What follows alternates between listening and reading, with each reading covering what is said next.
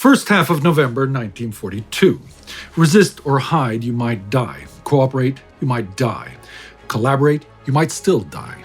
There was no easy choice in the occupied lands of World War II, but more and more are making the most difficult choices as the tide of war might soon turn to advantage of the United Nations.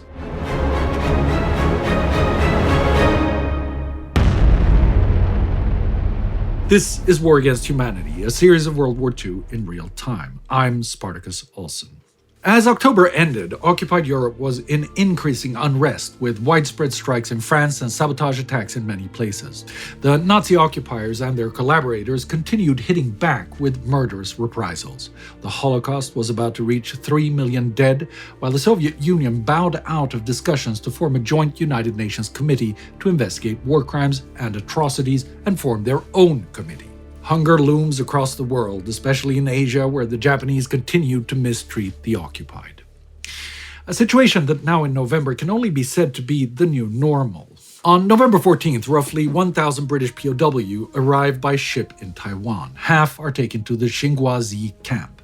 Every day, they have to descend 1,186 steps into a copper mine. There, they are forced to work in temperatures as high as 54 degrees Celsius, without any protection from poisonous fumes or falling debris, aside from a cardboard helmet. Those who don't succumb to these conditions also have to endure the constant near-starving hunger and rampant epidemics. Some relief is offered by local Korean workers who share food and information about the war's progress. But there is no respite from the constant scoldings, beatings, and frequent murder at the hands of the Japanese and Korean guards. One of the POW, Colonel J.F. Crossley, recalls. Each morning, the Jap medical sergeant would appear and start the day's work by severely beating up the doctor and his orderlies. Sick parade was held by the Japanese sergeant, and the cure in nearly all cases was to be knocked to the ground with a big stick. As a consequence, men who were really sick did not report, so the doctor managed to slip around the huts at the risk of a good beating and attend to the more seriously ill.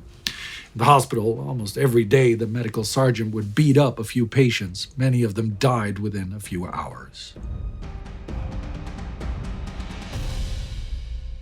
Axis lawless pursuit of this war is carried out in the conviction that they will win and avoid prosecution, a belief that, at least in Germany, is now taking a dent. During the 19th anniversary of the 1923 Beer Hall Putsch, German Führer Adolf Hitler addresses the Reich.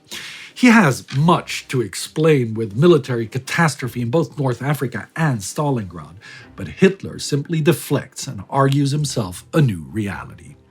Naturally, when nothing else will do anymore, they also say it's a mistake. Then they suddenly turn around and say it is absolutely a mistake for the Germans to have gone to Kirkenes, or to have gone to Narvik, or now perhaps to Stalingrad. What do they expect to do in Stalingrad?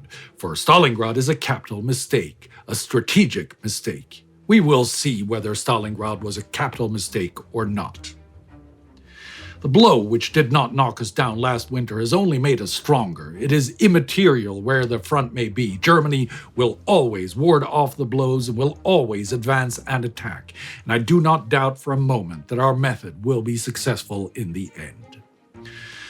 Goebbels writes in his diary that the speech was invigorating and that the Führer looks amazing, as if he was in the prime of his life. The SS situation report for the Reich that comes out a few days after the speech is not as convinced.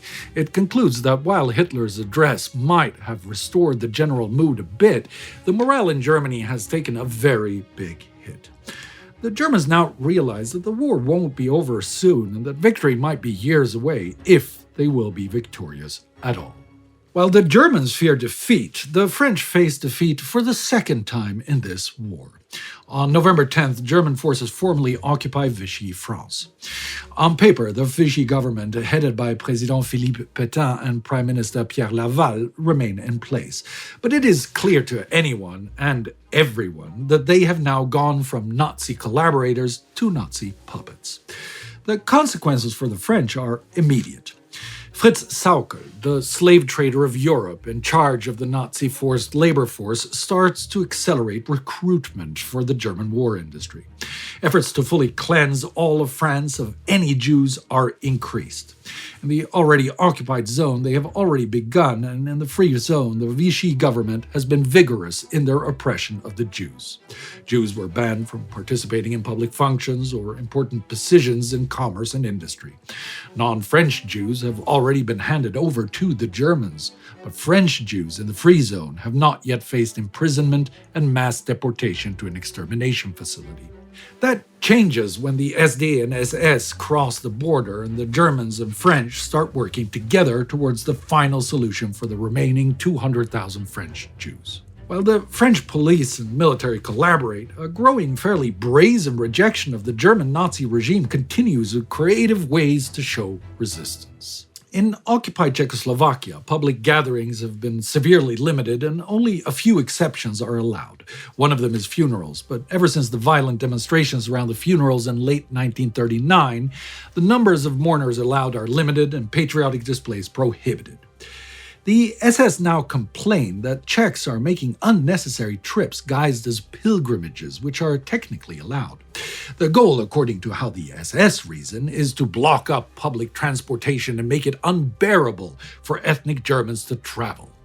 They also complain that the Czechs are brazenly bloating funerals and weddings into displays of patriotism, just barely within the rules. They tell of how in early November, an 18-year-old young man is killed by the Nazis in the town Chomutov. The SS claim that the funeral becomes an example of bloating importance and attendance by giving the man a martyr's burial using old traditions. 40 young men carry the bier with the body of the young man, while 40 girls follow in procession all dressed in white. Behind the casket procession walks his young wife, wearing a 4-meter-long veil carried by 2 children. Regardless if it's just intended as a dignified traditional burial or a protest against occupation, it's understood as the latter, but there's not much the Nazis can do but watch in frustration. Violently breaking up the procession will only cause further public unrest. Another very private act of rejection is the use of radios to listen to the Allied news. A capital crime under Nazi rule both inside the Reich and in occupied territory. In Brittany, France, as much as 80% of the population are reported to openly listen to English-language radio. Any attempt by the French government and German occupiers to reckon with this act has so far failed. The number of listeners is too high to use fear or peer pressure to enforce bans. In the reports, the SS complains with frustration that their anti-propaganda isn't being taken seriously and that their effort seems completely useless. But sadly, symbolic, even powerful statements will do little to save the hundreds of thousands targeted for extermination. At this stage in the war, the main challenge for the Germans is how to get the Jews to the extermination facilities. The Jewish community in Poland is as good as eradicated, but there are hundreds of thousands of Jews left in the occupied territories. Transports from Germany, Austria, and Czechoslovakia continue. France, the Netherlands, and Belgium also. Until September, Adolf Eichmann, in charge of the transports, meets his quotas, but that is getting more difficult as the needs of the war and sabotage jam up logistics. For instance, 27,000 Jews were deported from both zones of France in September in 13 separate transports, all according to plan. But in October, none of the 25,000 expected Jews were transported because Eichmann couldn't get the needed trains. 4 more transports leave Paris in November, but that will be pretty much it for the next months. So far, 42,500 French Jews have been deported at a rate that the Germans will not be able to match again for the remainder of the war. They are also facing more and more challenges to identify and find the Jews in France who are slipping into hiding. That's different in the Netherlands, where almost all Jews were centrally registered with the Jewish Council and had their IDs stamped with the letter J. When this became mandatory in 1941, the Jewish Council urged the Dutch Jews to comply out of fear for retaliation. So the Nazis know that there are roughly 150,000 to 160,000 Dutch and foreign Jews in the Netherlands and where they are to be found, and have begun rounding them up in the Jewish quarter in Amsterdam and the Westerbork transit camp. This November, 12 transports, each filled with roughly 1,000 Jewish men, women, and children, leave with destination Auschwitz-Birkenau. The trains departing from the Westerbork are third-class passenger trains, but the transports from the French transit camp of Drancy are cattle wagons. Each carriage crammed full with only a small jar of water and a bucket serving as sanitation. There's not enough room for everyone to sit, let alone lie down, and most have to spend the 2-day journey leaning against the other victims. Many die already on the way. Those who do survive arrive on the Auschwitz platform where the SS guards separate out the strongest for slave labor, and the remainder, about half, are taken immediately to the gas chambers to be violently suffocated to death. While the reports about this that have been trickling in from the East have failed to stir an active response, disbelief and terror captures many non-Jewish people as they see firsthand how their neighbors are violently driven from their homes into the train wagons. But for the most part, this outrage doesn't translate into action.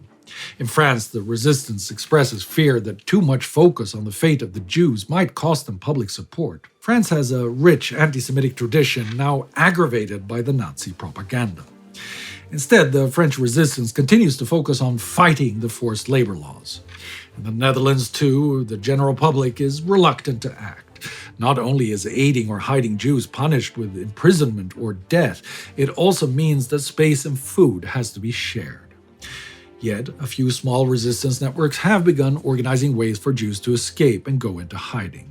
Some are brought to secret rooms, holes between the walls, or hidden trapdoors. Others manage to get their hands on false identification and are able to move more freely. In the countryside, it is usually easier to fit more people and to blend in as a farmhand or maid, but the challenges remain significant. The economy is heavily regulated and limited. In the cities, food is starting to become scarce. What is available is allocated through ration cards that obviously don't account for clandestine guests.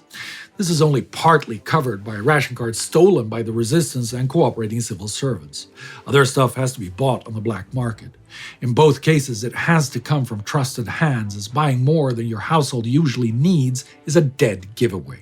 You see, the locust army of Nazi Jew hunters are being aided by a great many collaborators and Nazi sympathizers, either for money or out of anti-Semitic conviction. 13-year-old Anne Frank, in hiding in Amsterdam, writes, "They knock on every door, asking whether any Jews live there. If so, the whole family is immediately taken away. If not, they proceed to the next house. It's impossible to escape their clutches unless you go into hiding. They often go around with lists, knocking only on those doors where they know there's a big haul to be made. They frequently offer a bounty, so much per head. It's like the slave hunts of the olden days. I don't mean to make light of this. It's much too tragic for that. In the evenings, when it's dark, I often see long lines of good, innocent people accompanied by crying children walking on, ordered about by a handful of men who bully and beat them until they nearly drop. No one is spared. The sick, the elderly, children, babies, and pregnant women. All are marched to their death. I get frightened myself when I think of close friends who are now at the mercy of the cruelest monsters ever to stalk the earth. And all because they're Jews."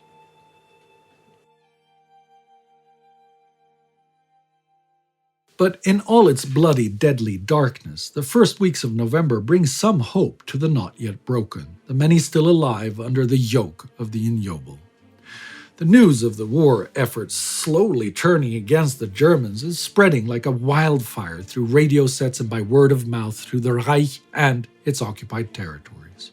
For the occupied, terrorized people under the heel of the Nazi boot, it is by no means a general call to arms that mobilizes the masses. Close to 100,000 men, women, children, and infants murdered in the gas chambers in these 2 weeks alone, it is tragically irrelevant. But it is a sign that there is a sliver of hope. A dim beam of light projected through British Prime Minister Winston Churchill's words in his November 10th speech, shared through the free world press and in clandestine publications on occupied lands in the days afterwards. While he is speaking of the Allied military effort when he says, This is not the end. It is not even the beginning of the end. but it is perhaps the end of the beginning. His words sound a sanguine bell ringing the promise of better days, a distant dawn when the subjugating, genocidal madmen of a world on fire will be taken down through the gates of purgatory to face eternal judgment. Never forget.